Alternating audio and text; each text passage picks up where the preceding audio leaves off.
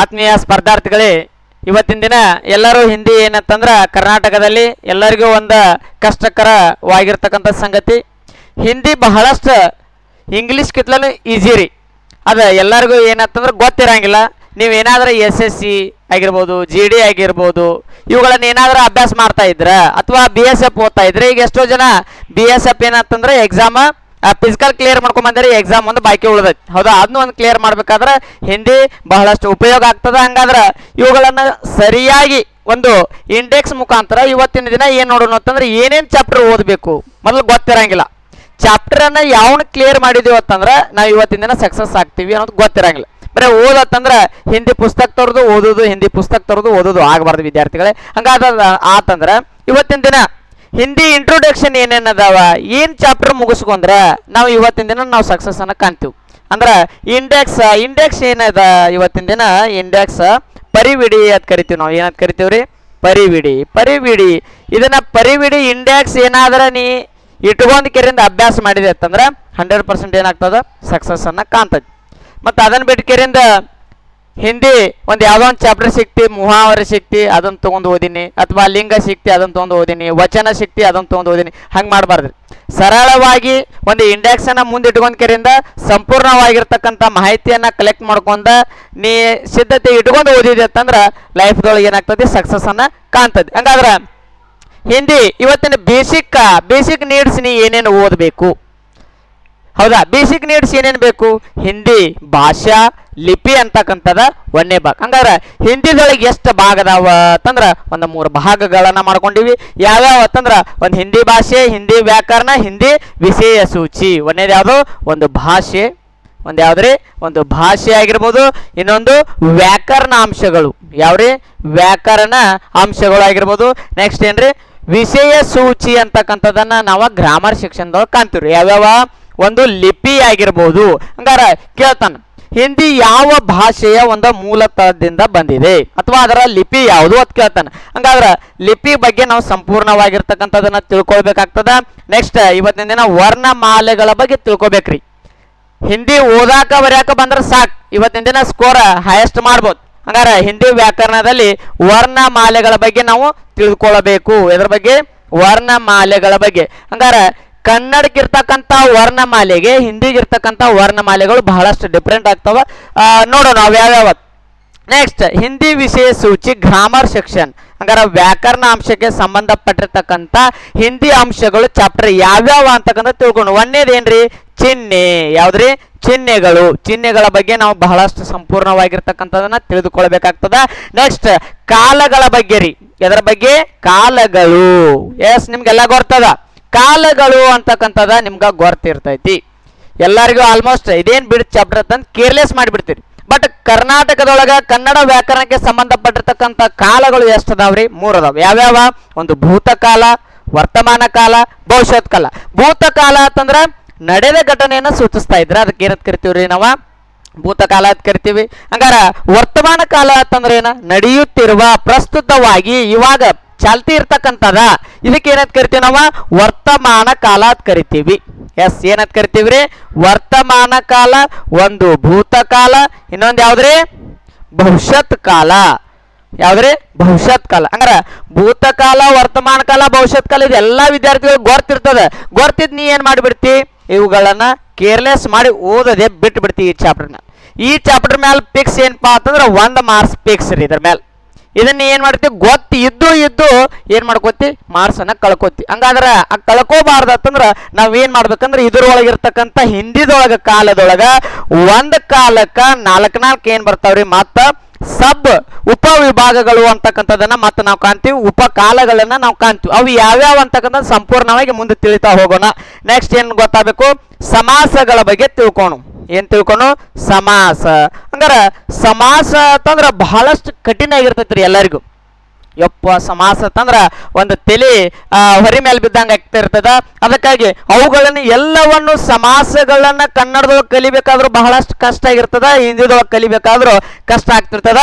ಹಂಗಾರ ಸಮಾಸ ಅಂತಕ್ಕಂಥದ್ದು ಒಂದ ಟ್ರಿಕ್ ಮುಖಾಂತರ ಎಲ್ಲಾ ಸಮಾಸಗಳನ್ನ ನೆನಪಿಡ್ಬೋದು 1 ಸೆಕೆಂಡ್. ಹೆಂಗ್ರಿ? ಏನ್ ನೆನಪಿಡ್ಬೇಕಂತಂದ್ರ ದ್ವಂದ್ವಿ ಅಬ್ತಕ್ ಏನ್ ನೆನಪಿಡ್ಬೇಕು ಹೇಳ್ರಿ, ದ್ವಂದ್ವಿ ಅಪ್ತಕ್ ಅಂತಕ್ಕಂಥದ್ದು ನೀ ಏನಾದ್ರ ನೆನಪಿಟ್ಟೆ ಅಂದ್ರ ಸಂಪೂರ್ಣವಾಗಿರ್ತಕ್ಕಂಥ ಈ ಸಮಾಸಗಳ ಬಗ್ಗೆ ನಾವು ಇವತ್ತಿನ ದಿನ ತಿಳಿದುಕೊಳ್ಬಹುದು. ಏನ್ರಿ, ದ್ವಂದ್ವಿ ಅಬ್ತಕ್ ಇದ್ರ ಬಗ್ಗೆ ತಿಳ್ಕೊಂಡ್ವಿ ಅಂದ್ರೆ ಸಮಾಸ ಸಂಪೂರ್ಣವಾಗಿ ಬರ್ತದೆ. ಈ ನೆಕ್ಸ್ಟ್ ಸಂಧಿಗಳ ಬಗ್ಗೆ ತಿಳ್ಕೊಬೇಕಾದ್ರೂ ಬಹಳಷ್ಟು ಒಂದು ತಿಂಗಳ ತನ ಅಭ್ಯಾಸ ಮಾಡ್ರು ಸಂಧಿಗಳು ತೆಲಿಗೆ ಹತ್ತಿರಂಗಿಲ್ಲ. ನಾವು ಒಂದ ಟ್ರಿಕ್ ಮುಖಾಂತರ ಒಂದ ನಿಮಿಷನೇ ಹೆಂಗೆ ಹೇಳ್ತೀನಿ ನೋಡ್ರಿ. ಬೇಕಾದ್ರೆ ಸಂಧಿ ಅಂತಕ್ಕಂಥದ್ದು ಬಹಳಷ್ಟು ಹೊರೆಯಾಗಿರ್ತದೆ. ನಾವು ಕರ್ನಾಟಕದೊಳಗ KS ಆಗಿರ್ಬೋದು, PS ಆಗಿರ್ಬೋದು, PC ಆಗಿರ್ಬೋದು, ಎಲ್ಲಗಳನ್ನ ಬರಿಬೇಕಾದ್ರೆ ಭಾಳ ಕಷ್ಟದಿಂದ ನಾವು ಸಂಧಿ ಬಿಡಿಸೋದ ಭಾಳ ಕಷ್ಟ ಆಗಿಬಿಡ್ತದೆ. ಹಂಗಾರ ಅವುಗಳನ್ನ ಹೆಂಗೆ ಬಿಡಿಸ್ಬೇಕು? ಸಂಧಿ, ಹೌದಾ? ಸಂಧಿ ಏನು ಬಹಳ ಇದ್ರೊಳಗ ಏನು ಇದಿಲ್ಲ. ಏನ್ ನೆನಪಿಡ್ಬೇಕಂದ್ರೆ ಸಂಗಯ್ಯವ ಅಂತಕ್ಕಂಥದ್ದು ಒಂದು ನೆನಪಿಟ್ಬೇಕು, ಇದೊಂದು ಅಂಜಿಸುವಿ ಅಂತಕ್ಕಂಥದ್ದು ಎರಡು ನೆನಪಿಟ್ಕೊಂಡ್ರೆ ಇಡೀ ಸಂಧಿನ 12 ಸಂಧಿ ಬಿಡಿಸ್ಬೋದು. ಹೌದಾ? ಸಂಗಯ್ಯವ ಅಂತಕ್ಕಂಥದ್ದು ಒಂದು ನೆನಪಿಟ್ಕೊಂಡ್ರೆ ನೋಡ್ರಿ ಇಲ್ಲಿ ಬೇಕಾದ್ರೆ ಸ ಅಂತಂದ್ರ ಏನ ಸಂಗಯ್ಯವ್ವ. ಹೌದಾ? ಇದನ್ನೊಂದು ಏನಾದ್ರೂ ಇಷ್ಟು ನೆನಪಿಟ್ಕೊಂಡಂತಂದ್ರ ಇವುಗಳನ್ನ ಹೆಂಗ ಬಿಡಿಸ್ತಾ ಹೋಗೋದು? ಸ ಅಂತಂದ್ರ ಸವರ್ಣ ದೀರ್ಘ ಸಂಧಿ. ನೆಕ್ಸ್ಟ್ ಗ ಅಂದ್ರ ಗುಣ ಸಂಧಿ. ನೆಕ್ಸ್ಟ್ ಯ ಅಂದ್ರ ಎನ್ ಸಂಧಿ. ನೆಕ್ಸ್ಟ್ ವ ಅಂತಂದ್ರ ವೃದ್ಧಿ ಸಂಧಿ. ಈ ತರನಾಗಿ ಟ್ರಿಕ್ ಮುಖಾಂತರ ನೀವು ಅಭ್ಯಾಸ ಮಾಡ್ತಾ ಹೋದ್ರ ಎಲ್ಲಾ ಸಂಧಿಗಳನ್ನ ಸಂಪೂರ್ಣವಾಗಿ ಒಂದೇ ಒಂದು ದಿನದಲ್ಲಿ ಏನಪ್ಪಾ ಅಂತಂದ್ರ ಮುಗಿಸ್ಬಿಡ್ಬೋದು. ಎಸ್ ವಿದ್ಯಾರ್ಥಿಗಳು, ನಿಮ್ಗೆ ಬಹಳಷ್ಟು ಏನಾದರೂ ಕಠಿಣ ಆಗ್ತಾ ಇತ್ತಂದ್ರೆ ಈ ತರನಾಗಿ ಟ್ರಿಕ್ ಮುಖಾಂತರ ನಿಮ್ಮದೇ ಆಗಿರ್ತಕ್ಕಂಥ ಸ್ವಂತ ಏನು ಮಾಡ್ಕೋಬೇಕು, ನೀವು ಟ್ರಿಕ್ಗಳನ್ನು ಮಾಡ್ಕೋಬೇಕ್ರಿ. ನೀವೇನು ಮಾಡ್ಕೋಬೇಕು? ಟ್ರಿಕ್ಸ್ಗಳನ್ನು ನೀವು ಮಾಡ್ಕೊಂಡಿತ್ತಂದ್ರೆ ಅಭ್ಯಾಸ ಮಾಡ್ತಾ ಮಾಡ್ತಾ ಮಾಡ್ತಾ ಮುಂದೆ ಏನಾಗ್ತದೆ, ಸರಳವಾಗಿ ಅದ ಉಪಯೋಗಕ್ಕೆ ಬರ್ತದೆ. ನೆಕ್ಸ್ಟ್ ಇದಲ್ಲದ ಇನ್ನು ಬೇಸಿಕ್ ನೀಡ್ಸ್ ಇಷ್ಟು ನಮಗೆ ಹಿಂದಿ ಬರಬೇಕಾತಂದ್ರೆ ಇಷ್ಟು ಮೊದಲೇ ಬೇಸಿಕ್ ನೀಡ್ಸ್ ರೀ. ಇದ್ರ ಮೇಲೆ ಯಾವುದೇ ರೀತಿಯಿಂದ ಮಾರ್ಕ್ಸ್ಗಳು ಬರಂಗಿಲ್ಲ. ಇದ್ರೊಳಗೆ ಏನೋ ಕೇಳಿದ್ರು ಬೇಸಿಕ್ ಏನು ಮಾಡ್ತಿರ್ತಾನ, ಟೆಸ್ಟ್ ಮಾಡ್ತಿರ್ತಾನೆ. 1 ರಿಂದ 2 ಮಾರ್ಕ್ಸ್ ಬರುವಂಥ ಚಾನ್ಸಸ್ ರೀ. ಈ ಎಲ್ಲ ಚಾಪ್ಟರ್ ಮೇಲೆ 1 ರಿಂದ 2 ಮಾರ್ಕ್ಸ್ ಬರುವಂಥ ಒಂದು ಚಾನ್ಸಸ್ ಇರ್ತದೆ. ಎಸ್, ಇದೇ ರೀತಿಯಾಗಿ ಇನ್ನು ಇಂಡೆಕ್ಸ್ ಬಂದ್ಬಿಟ್ಟು ಇನ್ನು ಇಂಡೆಕ್ಸ್ ಏನೇಂದಾವ, ಚಾಪ್ಟರ್ ಏನೇಂದಾವ, SSC GD ಆಗಿರ್ಬೋದು, SSF ಆಗಿರ್ಬೋದು, CRPF ಆಗಿರ್ಬೋದು, BSF, ER, ITBP, NI ಅಂತಕ್ಕಂಥ ಈ ಎಲ್ಲ ನೌಕರಿಗಳಿಗೆ ಹಿಂದಿ ಅಂತಕ್ಕಂಥದ್ದು ಬಹಳಷ್ಟು ಅವಶ್ಯಕತೆ ಆಗ್ತದೆ ಸೆಂಟ್ರಲ್ನ ಓದ್ತಕ್ಕಂಥ ವಿದ್ಯಾರ್ಥಿಗಳಿಗೆ. ಹಾಗಾದ್ರೆ ಚಾಪ್ಟರ್ ಯಾವ್ಯಾವ ನೆನಪಿಡಬೇಕು ಚಾಪ್ಟರ್? ಇವು ಎಲ್ಲವೂ ಏನಂತಂದ್ರೆ ಫಿಕ್ಸ್ ನೋಡ್ರಿ. ವಿಲೋಮ ಶಬ್ದದ ಮೇಲೂ ಏನಾದ್ರ ಕ್ವಶನ್ ಪೇಪರ್ ತೆಗ್ಯಾವ, ವಿಲೋಮ ಶಬ್ದದ ಮೇಲೂ 20 ಪ್ರಶ್ನೆಗಳನ್ನ ತೆಗಿಬಹುದು, ತೆಗಿಯದೇ ಇರ್ಬೋದು, ಅಥವಾ 1 ಮಾರ್ಕ್ಸಿನ ತೆಗಿಬಹುದು. ನೆನಪಿಟ್ಕೋರಿ. ಹೆಂಗ 20 ಎಲ್ಲಾ ವಿಲೋಮ ಶಬ್ದದ ಮೇಲನ ತೆಗಿಬಹುದು, ಅಥವಾ ಒಂದ ತೆಗಿಬಹುದು, ಅಥವಾ ಇದನ್ನ ತೆಗಿಯದೇ ಇರಬಹುದು. ಯಾಕಂದ್ರೆ ನಮ್ಮಲ್ಲಿ ಇರ್ತಕ್ಕಂಥ ಅಷ್ಟು ಚಾಪ್ಟರ್ ಇವುಗಳನ್ನ ಟೋಟಲ್ ಎಷ್ಟಂದ್ರೆ 17 ಚಾಪ್ಟರ್ಗಳನ್ನ ನಾವು ಕನಿಷ್ಠವಾಗಿ ಅಭ್ಯಾಸ ಮಾಡಿದೀವಿ ಅಂತಂದ್ರೆ ನಾವು ಬ್ಯಾಕ ಚಾಪ್ಟರ್ ಮೇಲೆ ಕೇಳಿ ನಾವು ಪರ್ಫೆಕ್ಟ್ ಆಗಿ ಬಿಡುದ್ರಿ. ಎಸ್, ಹಂಗಾರ ಈ ವಿಲೋಮ ಶಬ್ದದ ಮೇಲಾರ ಕೇಳಿ, ಅಥವಾ ಪರ್ಯಾಯವಾಚಿ ಶಬ್ದದ ಮೇಲಾರ ಕೇಳಿ, ಅಥವಾ ಮುಹಾವರೆಯ ಲೋಕೋಂಕಿತಾಯ ಚಾಪ್ಟರ್ ಮೇಲಾರ ಕೇಳಿ. ಎಸ್, 17 ಚಾಪ್ಟರ್ ಅನ್ನ ನಾವು ಸಂಪೂರ್ಣವಾಗಿ ಅಭ್ಯಾಸ ಮಾಡಿದೀವಿ ಅಂತಂದ್ರ 17 ಚಾಪ್ಟರ್ ಅನ್ನ ಗೊಂದಲಮಯವಿಲ್ಲದೆ ಅಭ್ಯಾಸ ಮಾಡಿದೀವಿ ಅಂತಂದ್ರೆ ಯಾವುದೇ ರೀತಿ ಅಂದ್ರ ಭಯ ಪಡುವಂತ ಅವಶ್ಯಕತೆ ಇರಂಗಿಲ್ಲ ವಿದ್ಯಾರ್ಥಿಗಳೇ. ಹಂಗಾದ್ರ ಕೇಳ್ರಿ, ಇಲ್ಲಿ ವಿಲೋಮ ಶಬ್ದ ಅಂತಂದ್ರೆ ಏನ್ ನೋಡ್ರಿ, ಇಲ್ಲಿ ವಿರುದ್ಧಾರ್ಥಕ ಪದ ರೀ. ಯಾವ್ದ್ರಿ?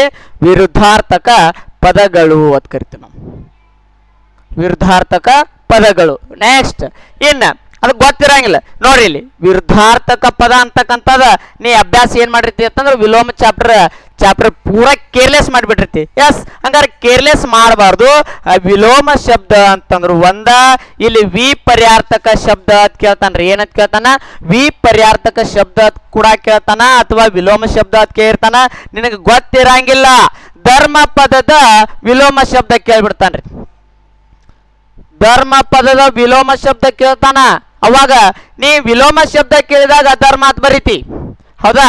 ಅಧರ್ಮ ಅಂತ ಬರೀತಿ. ಅದ ಒಂದು ವೇಳೆ ನೀ ಏನಾದರೂ ಅಲ್ಲಿ ಪ್ರತಿ ವಿಲೋಮಾರ್ಥಕ ಕೇಳಿಬಿಟ್ಟಂದ್ರ ಅಂಜಾಕ್ ಹೋಗಬಾರ್ದು. ಅವಾಗೂ ಕೂಡ ಆನ್ಸರ್ ಏನಾಗ್ತದ? ಅಧರ್ಮನ ಆಗ್ತದ. ನೆನಪಿಟ್ಕೋರಿ. ಏನಂತಂದ್ರ ವಿಲೋಮ ಶಬ್ದಕ್ಕನ ಏನಂತ ಕರೀತಾರ ಅಂದ್ರ ವಿಪರ್ಯಾರ್ಥಕ ಶಬ್ದ ಅಂತ ಕರೀತಾರ. ವಿಪರ್ಯಾರ್ಥಕ ಅಂದ್ರು ಇನ್ನೊಂದ್ ಏನ್ರಿ? ವಿಲೋಮ ಶಬ್ದ ಅಂದ್ರು ನೆನಪಿಟ್ಕೋಬೇಕು. ಅಲ್ಲಿ ಹೆದರಿಕೆರಿಂದ ಯಪ್ಪ ನನಗೆ ವಿಲೋಮ ಶಬ್ದ ಅಷ್ಟ ಗೊತ್ತೈತಿ, ವಿಪರ್ಯಾರ್ಥಕ ಗೊತ್ತಿಲ್ಲ ಅಂತಂದ್ರೆ 1 ಮಾರ್ಕ್ಸ್ ಹೋಗ್ಬಿಡ್ತೈತಿ. ನಿನಗೆ ಗೊತ್ತಿದ್ದದನ್ನ ಕೇಳಿರ್ತಾನ, ಆದ್ರೆ ನಿನಗೆ ಬರೆಯಾಕ ಬರಂಗಿಲ್ಲ. ಎಸ್, ಅವುಗಳ ಬಗ್ಗೆ ಸಂಪೂರ್ಣವಾಗಿ ಸ್ಪಷ್ಟವಾಗಿ ತಿಳಿದುಕೊಳ್ಬೇಕ್ರಿ. ಎಸ್, ಅದೇ ರೀತಿಯಾಗಿ ಇನ್ನು ಮುಂದೆ ನೋಡೋಣ. ಪರ್ಯಾಯವಾಚಿ ಶಬ್ದ ಅಂದ್ರ ಸಮನಾರ್ಥಕ ಪದಗಳು. ಏನ್ರಿ? ಸಮನಾರ್ಥಕ ಪದಗಳು. ಯಾವ ಸಮನಾರ್ಥಕ ಪದಗಳ ಬಗ್ಗೆ ತಿಳ್ಕೊಳ್ಬೇಕು. ಎಸ್, ಪರ್ಯಾಯವಾಚಿ ಅಂತಂದ್ರ ಕನ್ನಡದೊಳಗ ಸಮನಾರ್ಥಕ ಪದಗಳು. ಎಸ್, ಅದೇ ರೀತಿಯಾಗಿ ಮುಹಾವರೆ ಯಾವ ಲೋಕೋಂಕಿತಾಯ ಅಂತ ಕೇಳ್ಯಾನ. ಹಿಂಗತ್ತಂದ್ರ ನುಡಿಗಟ್ಟುಗಳು. ಆಡು ಭಾಷೆದೊಳಗ ನುಡಿಗಟ್ಟುಗಳು. ನೋಡ್ರಿ, ಇಲ್ಲಿರ್ತಕ್ಕಂಥ ಎಲ್ಲರಿಗೂ ನಮಗ್ ನಿಮಗ್ ಬರ್ತಕ್ಕಂಥ ಪ್ರಶ್ನೆಗಳನ್ನ ಹಿಂದಿದೊಳಗೆ ಕೇಳಾಕತ್ತಾನ, ಆದ್ರೆ ನಾವೇನ್ ಮಾಡತ್ತೀವಿ? ಎಡವಾಕತ್ತೀವಿ. ಅವಾಗಿನ ಕಾಲದೊಳಗ ಆಯಿ ಆಗಿರ್ಬೋದು, ಅಜ್ಜ ಆಗಿರ್ಬೋದು, ಅವಾಗ ನಿಮ್ಗ ಮಲ್ಕೋ ಅಂತ ಸಂದರ್ಭದೊಳಗ ಟಿವಿ ಎತ್ತಿ ಇದ್ದಿದ್ರಿಕಿಲ್ರಿ. ಅವಾಗ ಏನ್ ಕೇಳ್ತಿದ್ರು? ಅವಾಗ ಮಕ್ಕೊಂಡಿರ್ತಾರ. ಅವಾಗಿನ ಸಂದರ್ಭದೊಳಗ ಅವರಾಗಿ ಒಡಪ ಕೇಳ್ತಿರ್ತಾರ. ಗಿಡಕ್ಕ ಗಿನಿ ಮುಕ್ರಿ ಯಾವತ್ತಂದ್ರೆ ಏನತ್ ಕೇಳ್ತಿರ್ತಾರ. ಗಿಡ್ ಪೊಲೀಸ್ ಅಡ್ಡ ಬಿದ್ದಾನಂದ್ರೆ ಏನತ್ ಕೇಳ್ತಿರ್ತಾರ. ಹಂಗಂದ್ರೆ ಏನ್ರಿ? ಗಿಡ್ ಪೊಲೀಸ್ ಅಡ್ಡ ಬಂದಾನತ್ತಂದ್ರ ಒಂದು ಹೊರಸ್ಲ, ಗಿಡ್ ಗಿನಿ ಮುಕ್ರಿ ಯಾವತ್ತಂದ್ರ ಸುಲಗಾಯಿ. ಈ ತರನಾಗಿ ಕೇಳಿರ್ತಕ್ಕಂತ ಇವ ಏನತ್ತಂದ್ರ ಮುಹಾವರೆಗಳು, ನುಡಿಗಟ್ಟುಗಳು. ಏನ್ರಿ? ನುಡಿಗಟ್ಟುಗಳು. ಇದ್ರ ಬಗ್ಗೆ ನಾವು ಏನ್ ಮಾಡ್ಬೇಕಾಗ್ತದೆ? ತಿಳ್ಕೊಬೇಕಾಗ್ತದೆ. ಬಟ್ ಇಲ್ಲಿ ಕೇಳ್ತಕ್ಕಂಥ ನುಡಿಗಟ್ಟುಗಳು ಏನಾಗಿರ್ತಾವಪ್ಪ ಅಂತಂದ್ರ ನಮ್ಮ ದೇಹಕ್ಕೆ ಸಂಬಂಧಪಟ್ಟಿರ್ತಕ್ಕಂಥದನ್ನ ಮಾತ್ರ ಕೇಳ್ತಾನ. ಬ್ಯಾರೆ ಆಡು ನುಡಿಗಳನ್ನ ಕೇಳಂಗಿಲ್ರಿ. ಆಡು ನುಡಿ ಅಂತಂದ್ರ ಇಲ್ಲಿ ಲೋಕಲ್ದಾಗ ಇದೇಗ ನಾ ಹೇಳಿಲ್ಲ, ಗಿಡಿ ಮುಕ್ರಿ ಯಾವತ್ತಂದ್ರ ಏನತ್ ಕೇಳ್ತಾನ, ಈ ತರ ಕೇಳಂಗಿಲ್ಲ. ಬಟ್ ನಮ್ಮ ದೇಹಕ್ಕೆ ಸಂಬಂಧಪಟ್ಟಿರ್ತಕ್ಕಂಥ ಒಂದು ಆಡು ನುಡಿಗಳನ್ನ ಕೇಳದೆ ನುಡಿಗಟ್ಟುಗಳನ್ನ ಮಾತ್ರ, ಒಡಪಗಳನ್ನ ಕೇಳ್ತಾನ್ರಿ. ಅದೇ ರೀತಿಯಾಗಿ ಸಂಜ್ಞಾ ಮತ್ತು ಲಿಂಗ. ಸಂಜ್ಞಾ ಅಂತಂದ್ರೆ ನಾಮಪದಗಳು. ಏನ್ರಿ? ನಾಮಪದಗಳು. ನಾಮಪದಗಳು ಮತ್ತು ಇನ್ನೊಂದೇನ್ರಿ? ಲಿಂಗಗಳು. ನೋಡ್ರಿ, ಇದ್ರ ಬಗ್ಗೆ ಸಂಪೂರ್ಣವಾಗಿ ಚಾಪ್ಟರ್ ವೈಸ್ ಒಂದೊಂದೇ ನೋಡ್ಕೊಂಡು ನೆಕ್ಸ್ಟ್ ಏನ್ ಕೇಳೋಣ? ವಚನ. ವಚನ ಅಂದ್ರೂ ಕೂಡ ಕನ್ನಡದೊಳಗೂ ಕೂಡ ಏನಾಗ್ತದ? ವಚನ ಅಂತ ಆಗ್ತದ. ನೆಕ್ಸ್ಟ್ ಏನ್ರಿ? ಕಾರಕ. ಯಾವ್ದ್ರಿ? ಕಾರಕ. ಕಾರಕ ಅಂತಂದ್ರ ಕನ್ನಡದೊಳಗ ವಿಭಕ್ತಿ ಪ್ರತ್ಯಯಗಳು. ಯಾವ್ರಿ? ವಿಭಕ್ತಿ ಪ್ರತ್ಯಯಗಳು. ಗೊತ್ತಿರ್ತಾವ ನಿಮಗ್. ಪ್ರಥಮಾವು, ದ್ವಿತೀಯ ಅನ್ನು, ತೃತೀಯ ಇಂದ, ಚತುರ್ಥಿ, ಗೆ, ಇಗೆ, ಅಕ್ಕೆ. ಇವುಗಳನ್ನ ಕನ್ನಡದೊಳಗೆ ಹೆಂಗ್ ಬೈಪಟ್ ಹಾಕಿರ್ತಿ? ಇದರ ಮ್ಯಾಲ ತಮ್ಮ 1 ಮಾರ್ಕ್ಸ್ ಫಿಕ್ಸ್. 1 ಮಾರ್ಕ್ಸ್ ಏನ್ರಿ? ಫಿಕ್ಸ್ ಇರ್ತದ. ಇದನ್ನ ಕಂಪಲ್ಸರಿ ನೀ ಬೈಪಟ್ ಹಾಕಿ 8 ಇಟ್ಕೊಂಡೆ ಅಂದ್ರೆ 1 ಮಾರ್ಕ್ಸ್ ನಿನ್ ಕಿಸೆದಾಗಿದ್ದಂಗ.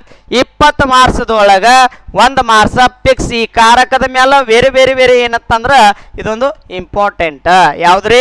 ಈ ಕಾರಕ ಚಿಹ್ನೆಗಳ ಬಗ್ಗೆ, ಈ ಕಾರಕದ ಬಗ್ಗೆ ನೀ ಸಂಪೂರ್ಣವಾಗಿ 8 ಬಾಯ್ಪಾಟ್ ಹಾಕಿ ಇಟ್ಕೊಂಡೆ ಅಂದ್ರ 1 ಮಾರ್ಕ್ಸ್ ಫಿಕ್ಸ್ ಬರ್ತದ. ನೆಕ್ಸ್ಟ್ ವಿಶೇಷಣ. ಯಾವ್ದ್ರಿ? ವಿಶೇಷಣ. ವಿಶೇಷಣ ಅಂತಂದ್ರ ಕನ್ನಡದೊಳಗೂ ಕೂಡ ವಿಶೇಷಣ ಆಗ್ತದ. ಒಂದು ವಾಕ್ಯವನ್ನ ಕೊಟ್ಟಿರ್ತಾನ, ಆ ವಾಕ್ಯದೊಳಗ ಯಾವ್ದು ವಿಶೇಷ ಆಗ್ತದ, ಯಾವ ಪದ ವಿಶೇಷ ಆಗ್ತದ ಅಂತಕ್ಕಂಥದ್ದು ಕಂಡು ಹಿಡಿಬೇಕಾಗ್ತದ. ನೆಕ್ಸ್ಟ್ ಅವ್ಯಯಗಳು ಅಂತ ಬರ್ತದ. ಕನ್ನಡದೊಳಗೂ ಕೂಡ ಅವ್ಯಯಗಳು, ಇವುಗಳ ಬಗ್ಗೆ ತಿಳ್ಕೊಣ. ನೆಕ್ಸ್ಟ್ ಶಬ್ದ ವಿಚಾರ ತತ್ಸಮ ತದ್ಭವ. ಹಂಗಾರ ಇಲ್ಲಿ ತತ್ಸಮ ಅಂತಕ್ಕಂಥದ್ದು ಕೊಟ್ಟಿರ್ತಾನ, ತತ್ಸಮ ಅಂತ ಕೊಟ್ಟಿರ್ತಾನ. ಅದನ್ನ ನಾವೇನ್ ಮಾಡ್ಬೇಕಾಗ್ತದ? ತದ್ಭವದೊಳಗ ಬದಲಾವಣೆ ಮಾಡ್ಬೇಕ್ರಿ. ನೆಕ್ಸ್ಟ್ ಶುದ್ಧ ಅಶುದ್ಧ ವರ್ತನೆ. ಅವ ಏನ್ ಕೊಟ್ಟಿರ್ತಾನಂತಂದ್ರ ವಾಕ್ಯವನ್ನ ತಪ್ಪು ಕೊಟ್ಟಿರ್ತಾನ. ವಾಕ್ಯವನ್ನ ತಪ್ಪು ಕೊಟ್ಟಿರ್ತಾನ, ಅದನ್ನ ಏನ್ ಮಾಡ್ಬೇಕಾಗ್ತದ? ಸರಿಪಡಿಸ್ಬೇಕಾಗ್ತದೆ. ಎಸ್, ಹಂಗಾರ ಇಲ್ಲಿ ಎಕ್ಸಾಂಪಲ್ ಏನಪ್ಪಾ ಅಂತಾರ, ವಾಕ್ಯದಲ್ಲಿ ಗಂಗಾ ಆಗ್ತದ. ಏನದ? ಗಂಗಾ ಅತ್ತ. ಇದೇನೈತಿ? ಕರೆಕ್ಟ್ ಐತಿ. ಇವಾಗ ಇಲ್ಲಿ ಏನ್ ಮಾಡ್ತಾನಂತಂದ್ರ ಈ ಗಂಗಾ ಬದಲಿಗೆ ಇಲ್ಲಿ ಏನ್ ಮಾಡ್ತಾನಂತಂದ್ರ ಈ ತರನಾಗಿ ಕೊಡ್ತಾನ. ಇದೇನ್ ಮಾಡ್ತದ? ಇಲ್ಲಿ ಬಾಜು ಬರೋದ್ ಬಿಟ್ಟ ಇಲ್ಲಿ ಮುಂದೆ ಬಂದೈತಿ. ಇದೇನ್ ಮಾಡ್ತೈತಿ? ತಪ್ಪಾಗ್ತದೆ. ಹಂಗಾರೆ ನೀ ಏನ್ ಮಾಡ್ಬೇಕು? ಸರಿಯಾಗಿರ್ತಕ್ಕಂಥ ವಾಕ್ಯವನ್ನ ಕಂಡು ಹಿಡದ ಅಂದ್ರೆ 1 ಮಾರ್ಕ್ಸ್ ಬರ್ತೈತಿ. ಇಲ್ಲಿ ನೋಡಿ, ಇಲ್ಲಿ ನೆಕ್ಸ್ಟ್ ಸರ್ವ ಇರ್ತದ. ಒಂದು ಹಿಂಗೆ ಕೊಡ್ತಾನ, ಸವ ಆಯ್ತು. ನೆಕ್ಸ್ಟ್ ಏನು ಕೊಡ್ತಾನ?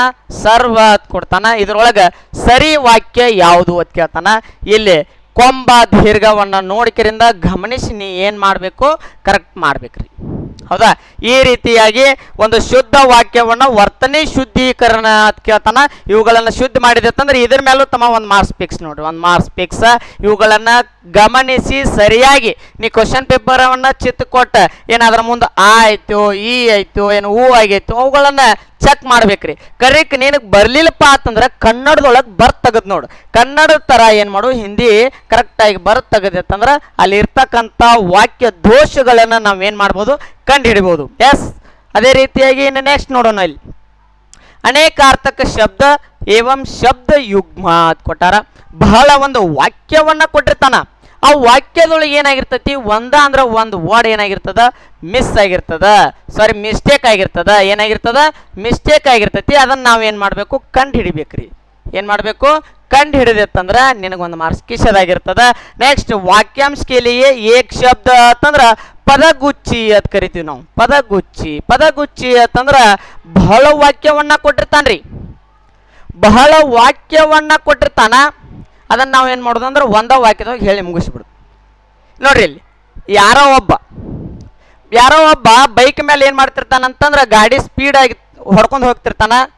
ಸುತ್ತು ಬಳಸಿ ಮಾತಾಡ್ದಂಗ ಯಾರೋ ಹೋಗಿ ಅಲ್ಲಿಂದ ಅಲ್ಲಿಗೆ ಹೋಗಿ ಬೀಳ್ತಾನೋ ಹೇಳ್ತಾನೋ ಗೊತ್ತಿಲ್ಲ, ಒಬ್ಬ ಸ್ಪೀಡ್ಗೆ ಬೈಕ್ ಹೊಡ್ಕೊಂಡು ಹೊಂಟಾನ ಹಿಂಗೆ ಹೇಳ್ದಂಗ ಇನ್ನೇ ನಾವು ಭಾಳ ಬದುಕುಲ್ಲ, ಒಂದು 4 ದಿನದಾಗ ಹೋಗ್ತೈತಿ ಅನ್ನೋದು ಹೆಂಗೆ ಅಂದ್ರೆ ಬಹಳ ವಾಕ್ಯಗಳನ್ನ ಮಾತಾಡ್ಲಾರ್ದ ಒಂದ ವಾಕ್ಯದಾಗ ಹೇಳಿ ಮುಗಿಸ್ಬಿಡುದ್ರಿ. ಇಂಥವುಗಳನ್ನ ಕಂಡು ಹಿಡಿದತ್ತಂದ್ರ ಏನಾಗ್ತದ ವಾಕ್ಯಾಂಶ ಕೇಳಿಯೇ ಏಕ್ ಶಬ್ದ ಅಂತಕ್ಕಂಥದ ವಾಕ್ಯವನ್ನ ಬಹಳಷ್ಟು ಕೊಟ್ಟಿರ್ತಾನ. ನೀ ಏನು ಮಾಡೋದು ಅಂದ್ರೆ ಒಂದ ವಾಕ್ಯದೊಳಗೆ ಹೇಳಿ ಮುಗಿಸ್ಬಿಡುದ್ರಿ. ಎಸ್, ಅದಕ್ಕಾಗಿ ನಾವು ಏನಂತ ಕರಿತೀವಿ ಅಂದ್ರೆ ಪದಗುಚ್ಚಿ ಅಂತ ಕರಿತೀವಿ. ತದನಂತರ ವಾಕ್ಯ ಶುದ್ಧಿ ಆಗ ತತ್ಸಮ ತದ್ಬದೊಳಗ ಅಲ್ಲಿ ಏನಾಗಿರ್ತದ ಮಿಸ್ಟೇಕ್ಗಳಾಗಿರ್ತಾವ, ಅವುಗಳನ್ನ ವಾಕ್ಯಗಳನ್ನ ಸರಿಪಡಿಸಬೇಕು. ನೆಕ್ಸ್ಟ್ ವಾಕ್ಯಾಂಶ ಪ್ರತಿಸ್ಥಾಪನ. ವಾಕ್ಯದಲ್ಲಿ ಏನ್ ಮಾಡ್ಬೇಕಾಗಿರ್ತದ ಅವ್ನು ತಪ್ಪು ಕೊಟ್ಟಿರ್ತಕ್ಕಂಥದನ್ನ ನೀ ತಿದ್ದಿ ಅಲ್ಲಿ ಏನ್ ಮಾಡ್ಬೇಕಾಗ್ತದ ತಿದ್ದಿಕೆರಿಂದ ನೀ ಸರಿಪಡಿಸಬೇಕು. ಇಲ್ಲಿಯೂ ಕೂಡ ಸರಿಪಡಿಸಿದೆ ಅಂತಂದ್ರೆ ಪ್ರತಿಸ್ಥಾಪನ ವಾಕ್ಯಗಳನ್ನ ಸರಿಪಡಿಸುವಿಕೆ. ನೆಕ್ಸ್ಟ್ ರಿಕ್ತ ಸ್ಥಾನಾಂಕಿ ಪೂರ್ತಿ ಅಂದ್ರೆ ಬಿಟ್ಟ ಸ್ಥಳಗಳನ್ನ ತುಂಬಿರಿ.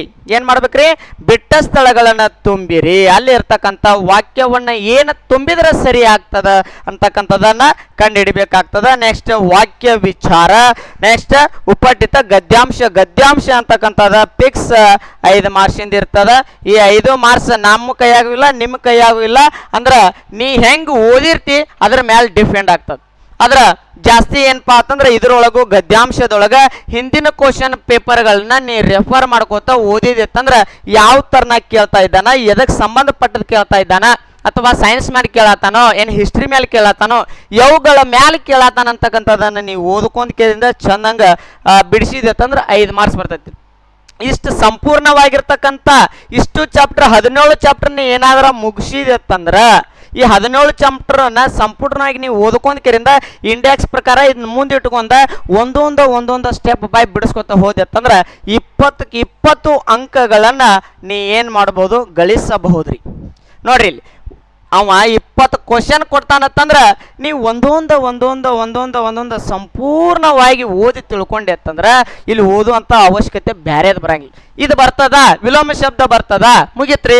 ನೆಕ್ಸ್ಟ್ ಪರ್ಯಾಯವಾಚಿ ಶಬ್ದ ಬರ್ತದ ಮುಗಿತ್. ಈ ತರನಾಗಿ ಸ್ಟೆಪ್ ಬೈ ಸ್ಟೆಪ್ ಏನ್ ಮಾಡ್ಬೇಕು ಬಿಡಿಸ್ತಾ ಹೋದ್ರಿ ಅಂತಂದ್ರ ಸಂಪೂರ್ಣವಾಗಿ ಹಿಂದಿ ಯಾವುದೇ ರೀತಿಯಿಂದ ಅಡೆತಡೆಗಳಿಲ್ಲದೆ 20ಕ್ಕೆ 20 ಅಂಕಗಳನ್ನ ಗಳಿಸಿಕೊಂಡು 100% ಏನ್ ಮಾಡ್ಬೋದು ರಿಸಲ್ಟ್ ಅನ್ನ ಪಡೆದುಕೊಳ್ಬಹುದು. ಎಸ್, ನಿಮಗೆ ಏನಾದರೂ ಈ ಕ್ಲಾಸ್ ಇಷ್ಟ ಆಗಿದ್ರೆ ಶೇರ್ ಮಾಡಿ, ಸಬ್ಸ್ಕ್ರೈಬ್ ಮಾಡಿ, ಲೈಕ್ ಮಾಡಿ ಅಂತ ಹೇಳ್ತಾ ಇಲ್ಲಿಗೆ ಈ ಕ್ಲಾಸ್ ಮುಗಿಸ್ತಾ ಇದ್ದೀನಿ. Thank you. One and all. ಜೈ ಹಿಂದ್.